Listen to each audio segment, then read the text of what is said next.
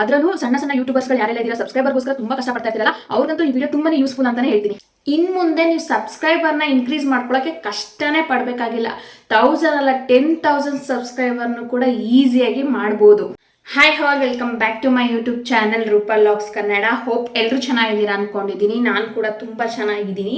ಇವತ್ತಿನ ಕಮೆಂಟ್ ವಿನ್ನನ್ನು ನಾನು ಲೆಫ್ಟ್ ಸೈಡಲ್ಲಿ ಇಮೇಜ್ ಹಾಕಿರ್ತೀನಿ.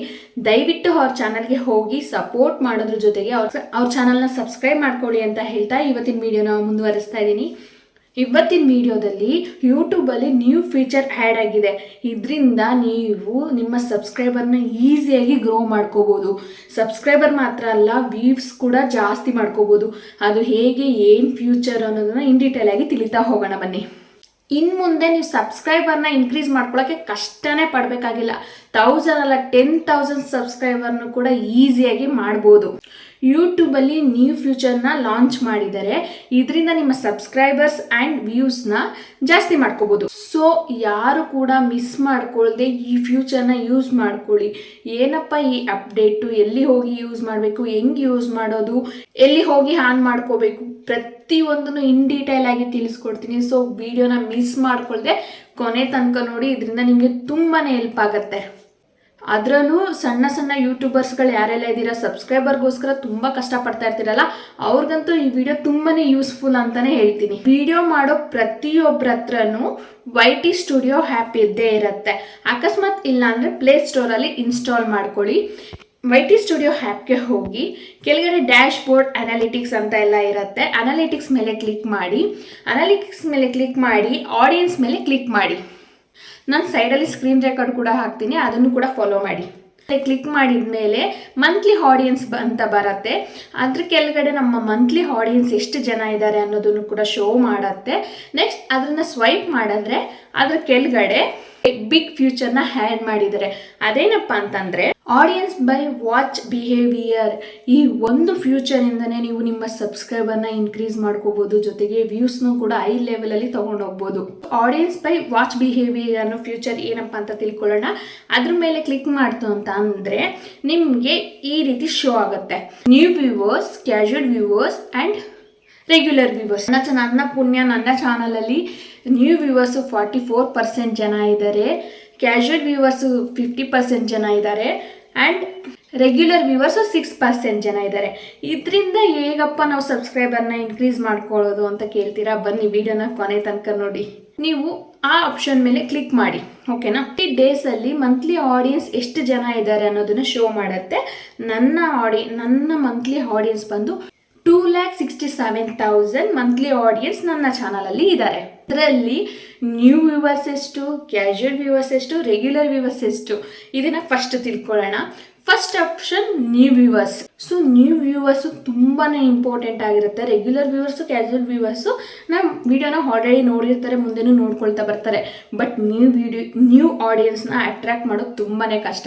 ನ್ಯೂ ಆಡಿಯನ್ಸ್ ಎಷ್ಟು ಜನ ಇದ್ದಾರೆ ಅಂತ ನಾನು ಇಲ್ಲಿ ಸ್ಕ್ರೀನ್ಶಾಟ್ ಹಾಕಿದ್ದೀನಿ ನೋಡಿ. ಸೊ ಇಷ್ಟು ಜನ ನನ್ನ ವಿಡಿಯೋನ ಮೊದಲನೇ ಬಾರಿಗೆ ನೋಡ್ತಾ ಇದ್ದಾರೆ.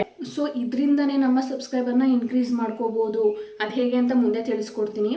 ಈ ರೀತಿ ನ್ಯೂ ಆಡಿಯನ್ಸ್ನ ಅಟ್ರಾಕ್ಟ್ ಮಾಡೋದ್ರಿಂದ ನಮ್ಮ ವ್ಯೂಸು ಜಾಸ್ತಿ ಆಗುತ್ತೆ. ಅದು ನೆಕ್ಸ್ಟ್ ಬಂದು ಕ್ಯಾಶುವಲ್ ವ್ಯೂವರ್ಸು. 5 ಮಂತ್ ಹಿಂದೆ ಯಾರೆಲ್ಲ ನಮ್ಮ ವೀಡಿಯೋಸ್ಗಳನ್ನ ನೋಡಿರ್ತಾರೆ, ಅದು ಕ್ಯಾಶುವಲ್ ವ್ಯೂವರ್ಸ್ ಇದೆ. ಕ್ಯಾಶುವಲ್ ವ್ಯೂವರ್ಸು ನನ್ನ ಚಾನಲಲ್ಲಿ ಎಷ್ಟು ಜನ ಇದ್ದಾರೆ ಅನ್ನೋದನ್ನು ಸ್ಕ್ರೀನ್ಶಾಟ್ ಹಾಕಿರ್ತೀನಿ. ನೆಕ್ಸ್ಟ್ ಬಂದು ರೆಗ್ಯುಲರ್ ವ್ಯೂವರ್ಸು. 6 ಮಂತ್ ಬ್ಯಾಕಿಂದನೇ ನನ್ನ ವಿಡಿಯೋಗಳನ್ನ ನೋಡ್ತಾ ಇರೋರು ರೆಗ್ಯುಲರ್ ವ್ಯೂವರ್ಸು. ಸೊ ಇದು ನನ್ನ ಚಾನಲ್ನ ಆಡಿಯನ್ಸ್ ಡೇಟಾ. ಸೊ ಇದೇ ಡೇಟಾನ ನೀವು ಕೂಡ ಚೆಕ್ ಮಾಡಬೇಕಾಗತ್ತೆ. ಈ ಡೇಟಾಯಿಂದನೇ ನೀವು ಸಬ್ಸ್ಕ್ರೈಬರ್ನ ಬೇಗನೆ ಇನ್ಕ್ರೀಸ್ ಮಾಡ್ಕೋಬೋದು, ನಿಮ್ಮ ಚಾನಲ್ನ ಗ್ರೋ ಕೂಡ ಮಾಡ್ಕೋಬೋದು.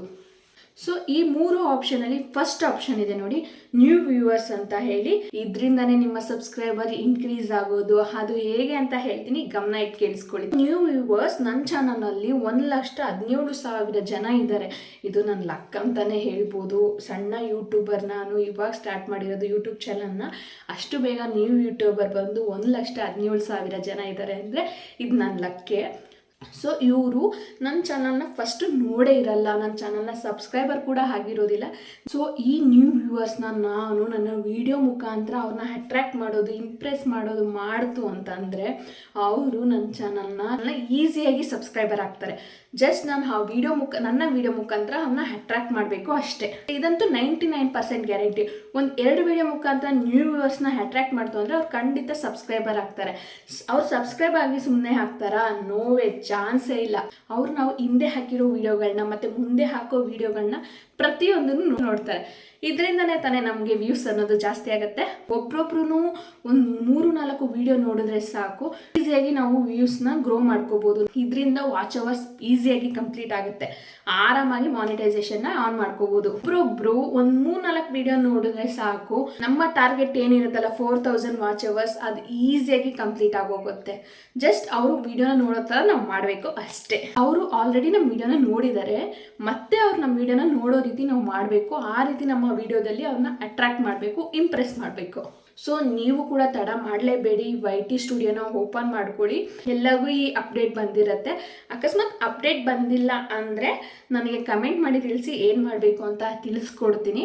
ಈ ಡೇಟಾನ ಇನ್ ಡೀಟೇಲ್ ಆಗಿ ಚೆಕ್ ಮಾಡ್ಕೊಳ್ಳಿ. ಈ ಡೇಟಾನ ನೀವು ನೋಟ್ ಆದರೂ ಮಾಡ್ಕೊಳ್ಳಿ ಅಥವಾ ಚೆಕ್ ಆದರೂ ಮಾಡ್ಕೊಳ್ಳಿ. ಈ ಡೇಟಾನ ಯೂಸ್ ಮಾಡಿಕೊಂಡು ನೀವು ವಿಡಿಯೋಗಳನ್ನ ಪೋಸ್ಟ್ ಮಾಡ್ತು ಅಂದರೆ ಖಂಡಿತ ನಿಮ್ಮ ಸಬ್ಸ್ಕ್ರೈಬರ್ ಒಂದೇ ಮಂತಲ್ಲಿ 1,000 ಅಲ್ಲ 10,000 ಕಂಪ್ಲೀಟ್ ಆಗ್ತಾರೆ. ಹೊಸ ಆಡಿಯನ್ಸ್ನ ಅಟ್ರಾಕ್ಟ್ ಮಾಡಬೇಕು, ಓಕೆ.